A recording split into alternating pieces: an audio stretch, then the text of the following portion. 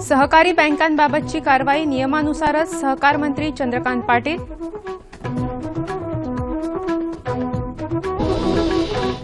फलोत्पादन अभियानासाठी 31 कोटी मंजूर.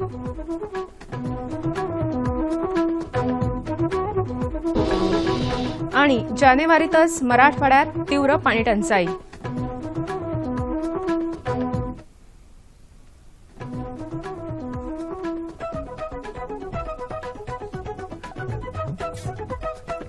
सर्व शेतकरी बांधवांना दूरदर्शनच्या कृषी विभागातर्फे मकर संक्रांतीच्या हार्दिक शुभेच्छा. नमस्कार. कृषी वार्ता या बातमीपत्रात मी शर्मिष्ठा म्हात्रे आपलं स्वागत करते. आता पाहूया कृषीविषयक सविस्तर वृत्त. सहकारी बँकांच्या संचालक मंडळाला अपात्र ठरवण्याची कारवाई रिझर्व्ह बँकेच्या नियमानुसारच केल्याची माहिती सहकार मंत्री चंद्रकांत पाटील यांनी नुकतीच मुंबईत पत्रकार परिषदेत दिली. महाराष्ट्र कृषी उत्पन्न पणन अनुसूचीमधून फळं, भाजीपाला आणि कांदा बटाटा वगळण्याचा कोणताही निर्णय झालेला नाही असंही पाटील यांनी यावेळी सांगितलं.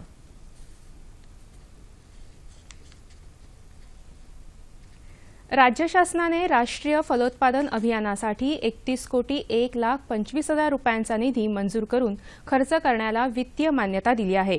या योजनेचा लाभ घेणाऱ्या लाभार्थ्यांची निवड पारदर्शकपणे करण्यात यावी. लाभार्थ्यांची यादी संपूर्ण तपशिलासह कृषी विभागाच्या अधिकृत संकेतस्थळावर प्रसिद्ध करावी.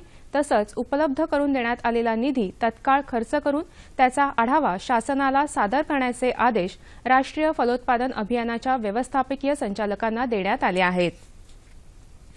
सततच्या दुष्काळाने मराठवाडा होरपळून निघतो आहे. पाणीटंचाई भीषण रूप धारण करत असतानाच जानेवारीतच मराठवाड्यातल्या 951 गाववाड्या टँकरच्या सलाईनवर जगत असल्याचं चित्र आहे. आठवड्यागणिक टंचाईग्रस्त गाववाड्यांची वाढती संख्या आणि झपाट्याने घटत चाललेल्या पाणी पातळीने चिंतेत भर घातली आहे. पाणीसाठे आटण्याचं प्रमाण असंच कायम राहिलं तर मराठवाडा टँकरवाडा होण्याची शक्यता नाकारता येत नाही. चंद्रपूर जिल्ह्यातील बल्लारशाह वनपरिक्षेत्रातील मध्यवर्ती रोपवाटिका कारवा येथे राज्यातली पहिल्या वन्यजीव नियंत्रण कक्षाचं उद्घाटन नुकतंच वनमंत्री सुधीर मुनगंटीवार यांच्या हस्ते करण्यात आलं. वन्यप्राण्यांना धोका होणार नाही तसंच वन्यप्राणी आणि पक्ष्यांच्या जीवनाचा अभ्यास करण्यासाठी या वन्यजीव नियंत्रण प्रणालीचा राज्यभर विस्तार करण्यात येईल असा निर्धार वनमंत्री मुनगंटीवार यांनी व्यक्त केला. भारतात 65 प्रकारांच्या मसाला पदार्थांचं उत्पादन घेतलं जातं. जगातील मसाले उद्योगात भारतीय मसाल्यांचा वाटा 48% आहे. स्वाद आणि गुणवत्तेमुळे भारतीय मसाल्यांना जगभरात प्रचंड मागणी आहे. मुख्यतः युरोप आणि अमेरिकेतून मसाल्यांची मागणी वाढली असून गतवर्षीच्या तुलनेत मसाल्यांची निर्यात 191 टनांनी वाढली असल्याची माहिती स्पायसेस बोर्ड इंडियानं दिली आहे. आता पाहूयात बाजारभाव.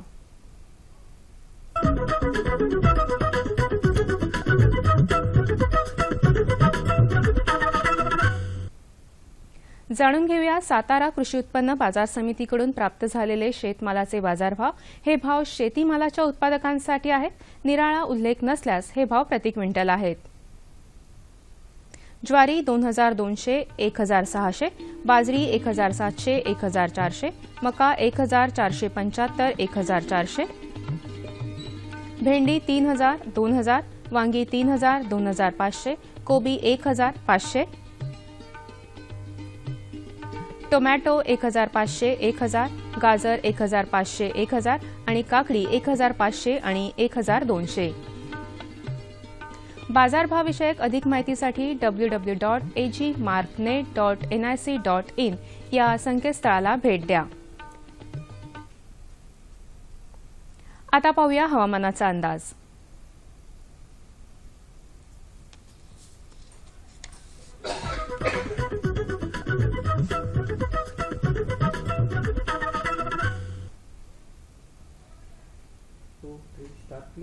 नमस्कार. महाराष्ट्र राज्यातील हवामानाचा आढावा घ्यायचा झाला तर गेल्या 24 तासात संपूर्ण राज्यात हवामान कोरडे होते. राज्यात सर्वात कमी किमान तापमान जळगाव येथे 10.2 अंश सेल्सिअस नोंदवले गेले. पुढील 5 दिवसांसाठी इशारा देण्यात आला आहे. उत्तर मध्य महाराष्ट्रात दिनांक 16 ते 19 रोजी, विदर्भात दिनांक 17 ते 20 रोजी तसेच मराठवाड्यात दिनांक 19 रोजी तुरळक ठिकाणी गारपिटीसह पाऊस पडण्याची शक्यता आहे. शेतकरी बंधूंनी पक्व फळांची व फळभाज्यांची लवकरात लवकर काढणी करावी. द्राक्ष, मोसंबी व संत्र्याच्या बागेत हेलनेटचा वापर करावा व केळीच्या घडांवर स्कर्टिंग बॅगचा वापर करावा. कोकणात भात शेतामध्ये लागवड केल्यानंतर 10 ते 12 दिवसांनी पाण्याची पातळी 3 ते 5 सेंटीमीटर पर्यंत वाढवावी. भातावर पाने गुंडाळणाऱ्या अळीचा प्रादुर्भाव आढळून आल्यास नियंत्रणासाठी 36% मोनोक्रोटोफॉस 12 मिलीलीटर प्रति 10 लिटर पाण्यामध्ये मिसळून पावसाची उघडीप पाहून फवारणी करावी. भातावर करपा रोगाचा प्रादुर्भाव आढळून आल्यास कार्बेंडाझिम 10 ग्रॅम किंवा कॉपर ऑक्सिक्लोराइड 25 ग्रॅम प्रति 10 लिटर पाण्यातून फवारावे. मध्य महाराष्ट्र विभागात गव्हावरील मावा व तुडतुडे यांच्या नियंत्रणासाठी थायोमेथॉक्झॅम 1 ग्रॅम प्रति 10 लिटर पाण्यात मिसळून फवारावे. उन्हाळी भुईमूग लागवडीसाठी हेक्टरी 5 टन शेणखत किंवा सेंद्रिय खत जमिनीत मिसळावे. भुईमूग पिकाचे JL 501, SB 11 यासारखे सुधारित वाण खरेदी करावे. तापमान 15 ते 18 डिग्री सेल्सिअस पर्यंत वाढत नाही तोपर्यंत पेरणी करू नये. द्राक्ष बागांवरील भुरी रोगाच्या नियंत्रणासाठी पीक अवस्थेनुसार टेट्राकोनाझॉल 0.75 मिलीलीटर प्रति लिटर पाण्यातून फवारावे. मराठवाडा विभागात आंब्यावरील तुडतुड्याच्या बंदोबस्तासाठी मॅलाथिओन 10 ते 12 मिलीलीटर किंवा थायोमेथॉक्झॅम 20% 3 ग्रॅम किंवा ॲसिफेट 75% 20 ग्रॅम प्रति 10 लिटर पाण्यात मिसळून फवारणी करावी. हिवाळ्यात शेळ्यांची करडं साधारणपणे निमोनिया या रोगाला बळी पडतात. हा रोग प्रामुख्याने कोंदट, दमट वातावरण, ओलसरपणा, अस्वच्छता यामुळे पसरतो. यासाठी करडांच्या गोठ्यातील हवा खेळती राहील व भरपूर सूर्यप्रकाश राहील याची काळजी घ्यावी. विदर्भात मोहरी पेरणीनंतर 15 ते 20 दिवसांनी विरळणी करावी. आवश्यकतेप्रमाणे निंदण करावे व पेरणीनंतर 30 दिवसांनी ओलितासोबत हेक्टरी 25 किलो नत्र द्यावे. धन्यवाद. जाणून घेऊया राज्यातल्या प्रमुख शहरांचं तापमान कमाल आणि किमान अंश सेल्सिअसमध्ये. मुंबई 27-19, पुणे 30-12, नागपूर 30-14,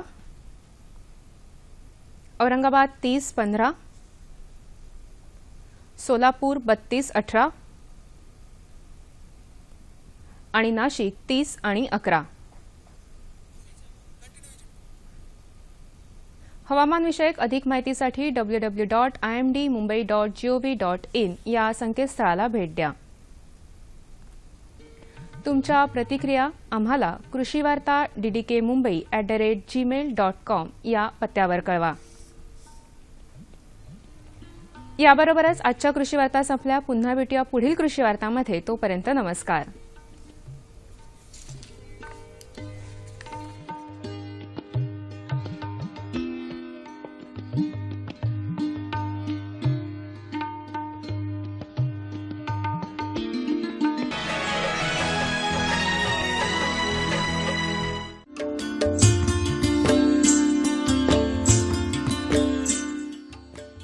नमस्कार शेतकरी बांधवांनो, कृषी दर्शन कार्यक्रमात मी नीलम सोनार आपले सहर्ष स्वागत करते.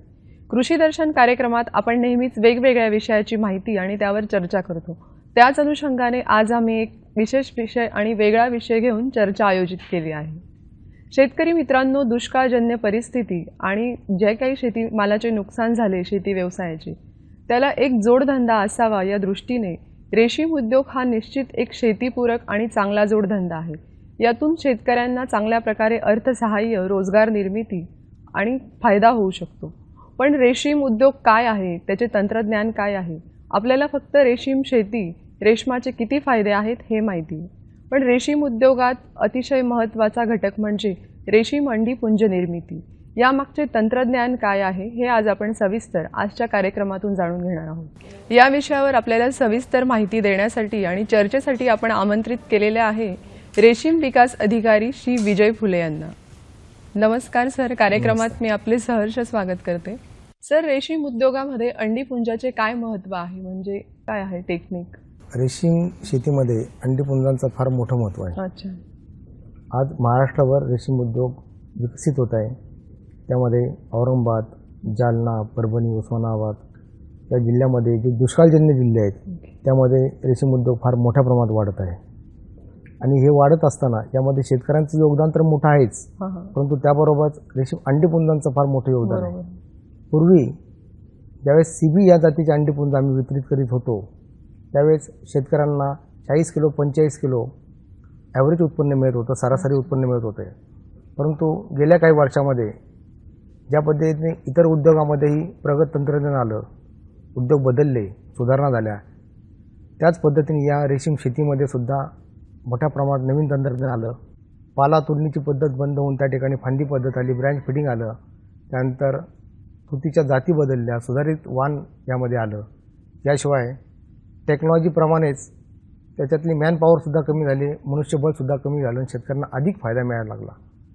मुख्य म्हणजे याच्यात जे अंडीपुंज वितरित केली जात होती शेतकऱ्यांना त्याच्यामध्ये मोठ्या प्रमाणात सुधारणा झाल्या आणि आज 45-50 किलोचं उत्पन्न त्याचं 95, 90, 95 किंवा त्याहीपेक्षा जास्त उत्पन्न आज शेतकऱ्यांना मिळत आहे. उत्पन्न वाढल्यामुळे त्याच्या एकरी उत्पन्नामध्ये मोठी वाढ झाली आणि यामध्ये रेशीम अंडीपुंजांचा सहभाग महत्त्व मोठं आहे. सर, आणि या रेशीम अंडीपुंजामध्ये याच्या काही जाती आहेत का? म्हणजे याबद्दल आपण शेतकरी बांधवांना काही महत्त्वपूर्ण असं सांगू शकतात का? पूर्वी रेशीम शेतीमध्ये जी अंडीपुंज दिली जायची ती क्रॉसब्रीड किंवा संकरित जातीची अंडीपुंज होती.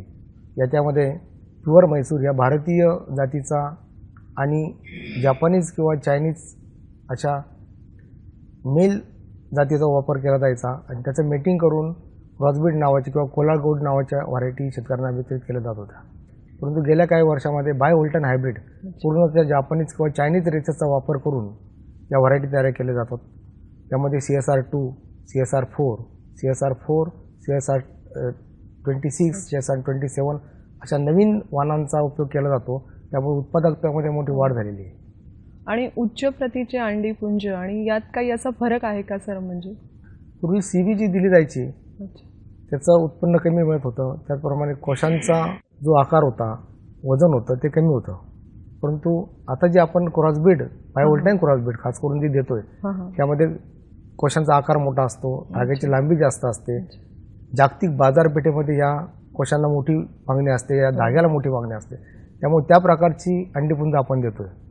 पूर्वी जी अंडीपुंज तयार करायला जायची त्यामध्ये भारतीय जातीचा उपयोग केला जायचा, परंतु आता मात्र प्रगत अशा जापानीज किंवा चायनीज रेसेसचा वापर करतोय. यामध्ये जो संकर केला जातो 2 जापानीज किंवा चायनीज व्हरायटीचा संकर केला जातो. याशिवाय याला सिंगल हायब्रिड म्हणतात. अशा या सिंगल हायब्रिडपासून आपण परत डबल हायब्रिड नवीन संकर तयार करतो आणि त्याच्यामुळे उत्पन्नामध्ये मोठी वाढ झालेली आहे. त्याचप्रकारे रोगप्रतिकारक क्षमता या जातींची जास्त असते, दिवस कमी लागतात. त्यामुळे आपण जी व्हरायटी देतो सध्या FC1 किंवा FC2 2 प्युअर बायोवोल्टाईन हायब्रिड जातीचा याच्यामध्ये वापर केला जातो. तर आपण आपल्या शेतकरी बांधवांना थोडक्यात सांगा की रेशीम अंडीपुंज निर्मिती काय असते, म्हणजे तिची प्रक्रिया कशी केली जाते? रेशीम अंडीपुंज निर्मितीची प्रक्रिया ही अतिशय नाजूक अशी प्रक्रिया आहे. प्रत्येक स्टेजेसवर आपल्याला याच्यामध्ये सतर्क राहावं लागतं. मुख्य म्हणजे ही जी प्रक्रिया सुरू होते निसर्ग नियमाप्रमाणे पहाटे 4 वाजता सुरू होते. त्यामुळे आमच्या कार्यालयातले सर्व तंत्रज्ञ पहाटे 4 वाजता कार्यालयामध्ये येत असतात. यामध्ये अनेक प्रोसेस आहेत. त्यामध्ये कोशांच्या खरेदीपासून त्या अंडीपुंज निर्मितीमध्ये सेक्स सेपरेशन, त्यानंतर पेअरिंग, डी पेअरिंग, ओव्हिपोजिशन अशा अनेक प्रक्रियामधून आपल्याला जावं लागतं. प्रत्येक प्रक्रियेकरता आमच्या कार्यामध्ये वेगळा असा कक्ष निर्माण केलेला आहे. त्यामध्ये वेगवेगळे टेम्परेचर, ह्युमिडिटी मेंटेन केली जाते. अतिशय हायटेक असे आमचे ते कक्ष आहेत आणि डिजिटली हा संपूर्ण कंट्रोल असतो. ह्युमिडिफायरचा, त्याचप्रमाणे सिलिकॉन हिटरचा त्याकरता वापर केला जातो. ही प्रक्रिया सुरू होते ते रेशीम कोशांची निर्मिती करणाऱ्या बीज कोश शेतकऱ्यांपासून सुरू होते. ज्या शेतकऱ्यांना त्याचा मोठा अनुभव आहे, साधारणतः 15-20 वर्ष ही रेशीम शेती करतायत, त्यांना तंत्र पूर्णतः अवगत झालेलं आहे. बीज कोश उत्पादक शेतकरी म्हणून आपण त्याची निवड करतो आणि त्यानंतर त्यांना आपण P1 या जातीची सीड दिली जातात, सीड देतो. बीज अंडीपुंज P1 जातीची अंडीपुंज आपण सेंट्रल सीड बोर्ड NSSO ही जी ऑर्गनायझेशन आहे त्यांच्याकडून ही P1 अंडीपुंज घेतली जातात आणि निवड केलेल्या बीज कोश निर्मिती करणाऱ्या शेतकऱ्यांना त्याचं वितरण केलं जातं. वितरण केल्यानंतर साधारणतः महिन्यामध्ये त्याचे कोश आपल्याला मिळतात. आणि हे कोश आल्यानंतर आपण त्याचं त्या कोशांचं कटिंग करतो. हां हां त्या कटिंग नंतर त्याच्या प्युपा ज्या असतात त्या प्युपा आपण वेगळ्या करतो. त्या प्युपा वेगळ्या करण्यानंतर त्याचं सेक्स सेपरेशन केलं जातं. मेल आणि फिमेल वेगळे काढले जातात. ते 2 वेगवेगळ्या कक्षामध्ये ठेवले जातात. ज्या कक्षामध्ये आपण अंडीपुंजा निर्मिती करता टेम्परेचर आणि ह्युमिडिटी मेंटेन केली असते. अच्छा. टेम्परेचर आणि ह्युमिडिटी मेंटेन करण्याकरता सुद्धा आपण हायली इक्विप्ड अशा यंत्रणेचा वापर करत असतो. डिजिटली कंट्रोल केलेला असतो हा संपूर्ण ही chamber. काही विशिष्ट यंत्रणा असते का? विशिष्ट यंत्रणा असते. त्याकरता आपण ह्युमिडिफायरचा वापर करतो. अच्छा.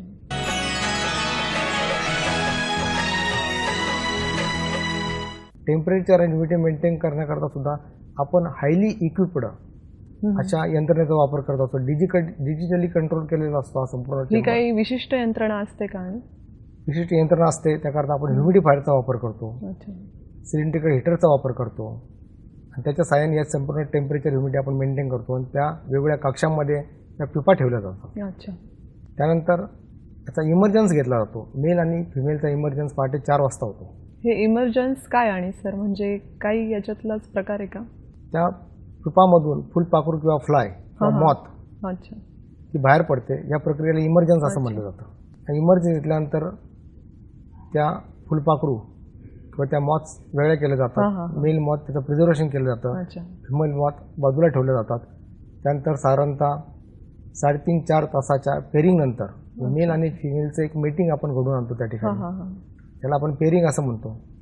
3 ते 3.5 तासाच्या अवधीनंतर कालावधीनंतर त्या संपूर्ण मॉथ आपण डीपेअर करतो. अच्छा. डीपेअर केल्यानंतर त्याच्यातली जी फिमेल मॉथ आहे हां हां. ती अंडी घालणार आहे तिला आपण ओव्ही पोझिशनच्या रूममध्ये ठेवतो. तो रूम सुद्धा आपण साधारणतः 25-26 डिग्री टेम्परेचर विशिष्ट तापमानामध्ये त्याला. आणि 80% आर्द्रता असलेल्या कक्षामध्ये याचं मेटिंग त्याचप्रमाणे ओव्ही पोझिशन करून आणतो.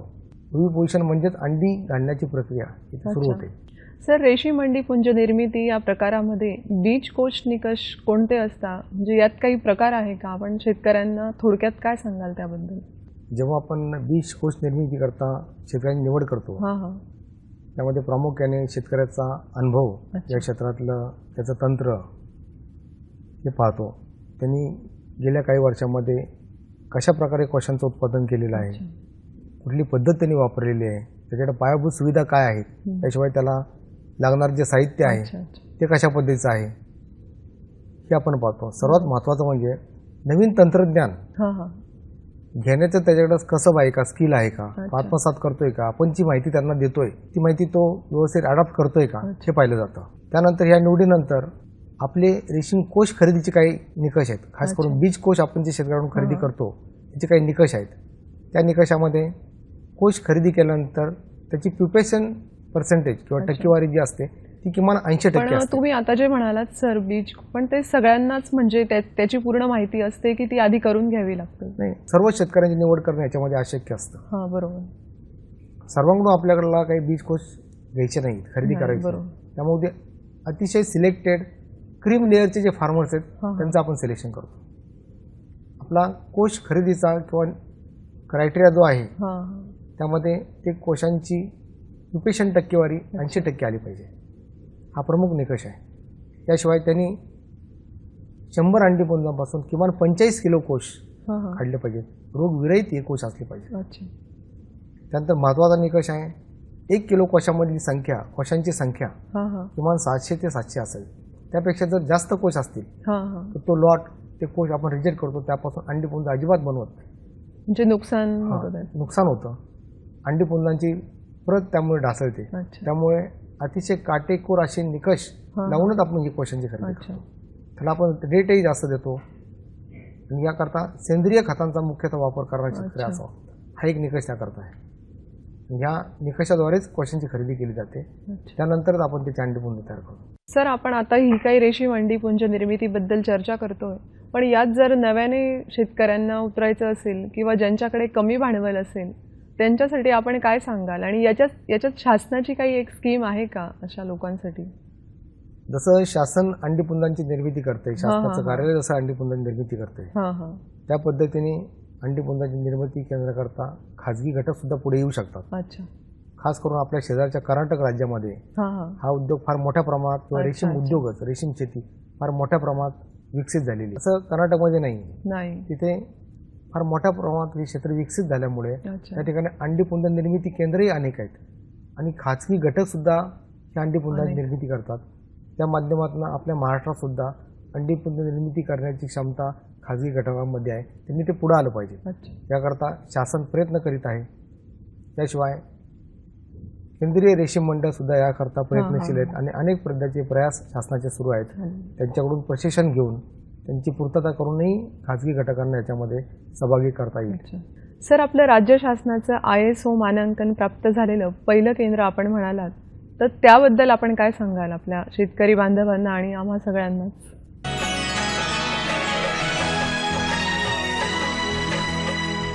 सर, आपलं राज्य शासनाचं ISO मानांकन प्राप्त झालेलं पहिलं केंद्र आपण म्हणालात, तर त्याबद्दल आपण काय सांगाल आपल्या शेतकरी बांधवांना आणि आम्हा सगळ्यांना? ज्यावेळेस आपण या अंडी पुंजन निर्मिती सुरू केली, खास करून बायोटेन डबल हायब्रिड अंडी पुंजनची निर्मिती सुरू केली, त्याचा दर्जा, गुणवत्ता, त्यामुळे शेतकऱ्यांना प्रचंड फायदा झाला. अच्छा. आणि शेतकऱ्यांच्या प्रतिक्रिया आणि रिझल्ट ओरिएंटेड असल्यामुळे त्यांच्या कोशांच्या उत्पादनात फार मोठी वाढ झाली.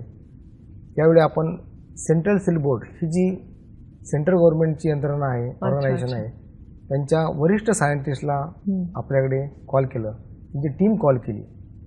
10 दिवस ती टीम आपल्याकडे कार्यरत होती. पहाटे 4 वाजल्यापासून संध्याकाळी 6 वाजेपर्यंत ती टीम आमचं संपूर्ण कामाचं ऑब्झर्वेशन करत होती.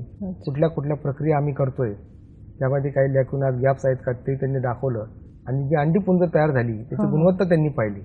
आणि त्यांचे जे रिमार्क्स होते ते अतिशय उच्च प्रतीच्या अंडी पुंज या केंद्रामध्ये तयार केली जातात. त्यानंतर मग आपण ISOचा स्टेप्स घेतल्या आणि ISO मानांकन मिळवण्याकरता कुठेतरी आपला ब्रँड असावा, बरोबर, कुठल्या तरी एक गुणवत्ता आपल्या प्राप्त असावी, म्हणून ISO मानांकनाकरता आपण अर्ज केला. यामध्ये फार मोठ्या प्रमाणात आमच्या टीमचा सहभाग आहे. बरोबर. आमचं मुख्य कार्यालय, आमच्या संचालकांचा, आमच्या उपसंचालकांचा, आमच्या 3ही सहाय्यक संचालकांचा, एकूणच संपूर्ण आमची रेशीम पूर्ण केंद्राचं टीम वर्क, त्यामुळे पूर्ण रेशीम उद्योगाची महाराष्ट्रातली यंत्रणा प्रचंड मोठं काम आहे. त्या यंत्रणेने आम्हाला सपोर्ट केला, त्या सर्व अधिकाऱ्यांनी आम्हाला सपोर्ट केला, माझ्या कर्मचाऱ्यांनी मला सपोर्ट केला. त्यामुळे आज आपण हे ISO मानांकन मिळवलेलं आहे.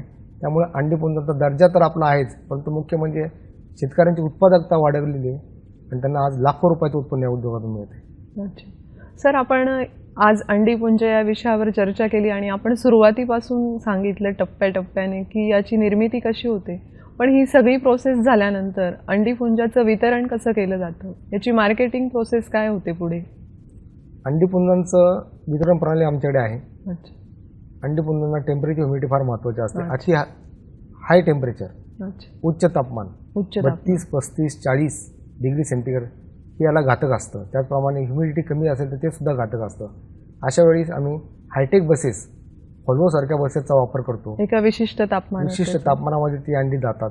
आणि मुख्य म्हणजे जी वाहतूक केली जाते ती रात्रीच्या वेळेस केली जाते, कूल आवर्समध्ये. त्यामुळे त्या अंडी पुंजांवर इफेक्ट होत नाही, ॲडव्हर्स इफेक्ट होत नाही आणि ती जशीच्या तशी सेंटरपर्यंत पोहोचवण्याचा आमचा प्रयत्न असतो, शेतकऱ्यांपर्यंत पोहोचवण्याचा आमचा प्रयत्न. ज्यामुळे त्याची गुणवत्ता अबाधित राहील आणि आम्ही ज्या गुणवत्तेची अंडीपुंज आमच्या सेंटरमध्ये तयार करतो त्याच गुणवत्तेची अंडीपुंज शेतकऱ्यांपर्यंत जशीच्या तशी जावी हा आमचा प्रयत्न असतो. याला काही विशिष्ट पॅकेजिंग वगैरे असतं का सर? याकरता आपण ही अंडीपुंज कॅरी केसेस वापरतो. त्यामध्ये साधारणतः 50 अंडीपुंजांकरता ही कॅरी केस आहे. जवळपास 30,000 अंडी याच्यामध्ये असतात. अशा कॅरी केसेसमध्ये ही अंडीपुंज आपण पाठवतो. याच्याकरता कुरुवेटेड बॉक्सेसचा वापर केला जातो आणि ती सुरक्षितरित्या कशी शेतकऱ्यांना पोहोचतील याची आम्ही काळजी घेतो. सर, आपण आज जी काही रेशीम अंडी पुंज निर्मितीबद्दल चर्चा केली आणि आपण खूप छान माहिती दिली, पण कार्यक्रमाचा समारोप करताना आपण शेतकरी बांधवांना काय सांगाल? आपल्याकडून काय मेसेज द्याल त्यांना? आपली ही अंडीपुंज जी आपण तयार करतो ते अतिशय उच्च प्रतीची अंडीपुंज तयार करतो. अतिशय सतर्क आमची यंत्रणा इथे असते. परंतु सेंट्रल सीड बोर्डाच्या नंतर महाराष्ट्र हे पहिलं राज्य आहे तिथे बायोटेन डबल हायब्रिड अंडीपुंज तयार केली जातात. अंडीपुंजाचा दर्जा, त्याची प्रत अतिशय उच्च प्रतीचे आहेत. त्यामुळे आज फार चांगले रिझल्ट येत आहेत, उत्पादकता वाढलेली. हीच अंडीपुंज आपल्या महाराष्ट्र शासनाची शेतकऱ्यांनी घ्यावीत आणि अधिक उत्पन्न मिळवून त्यांना आर्थिक स्थैर्य मिळावं, हेच यातून एक मेसेज मी देऊ इच्छितो. आज आपण कृषी दर्शन या कार्यक्रमात श्री विजय फुले सरांकडून रेशीम अंडी पुंज निर्मिती तंत्रज्ञानाबद्दल खूप छान माहिती जाणून घेतली. आपल्याला फक्त रेशीम निर्मिती आणि त्याचे फायदे माहिती होते, पण या सगळ्या क्रियेत रेशीम अंडी पुंज निर्मिती हा सगळ्यात महत्त्वाचा टप्पा आहे आणि तो सरांनी आपल्याला स्टुडिओत येऊन आज खूप छान समजवला. याबद्दल मी सरांचे मनपूर्वक आभार मानते. सर, आज आपण खूप छान माहिती दिली आम्हाला. पूर्ण तंत्रज्ञानाबद्दल आमच्या शेतकरी बांधवांना समजवलं. धन्यवाद. दूरदर्शनने सुद्धा इथे येऊन अंडीपुंज निर्मिती प्रक्रिया काय आहे हे शेतकऱ्यांपर्यंत नेण्याचा एक प्रयत्न आम्हाला करण्याची संधी दिली. त्याबद्दल दूरदर्शनचे मी सर्व माझ्या कर्मचारी आणि संपूर्ण रेशीम संचालनाच्या वतीने आभार मानतो. धन्यवाद.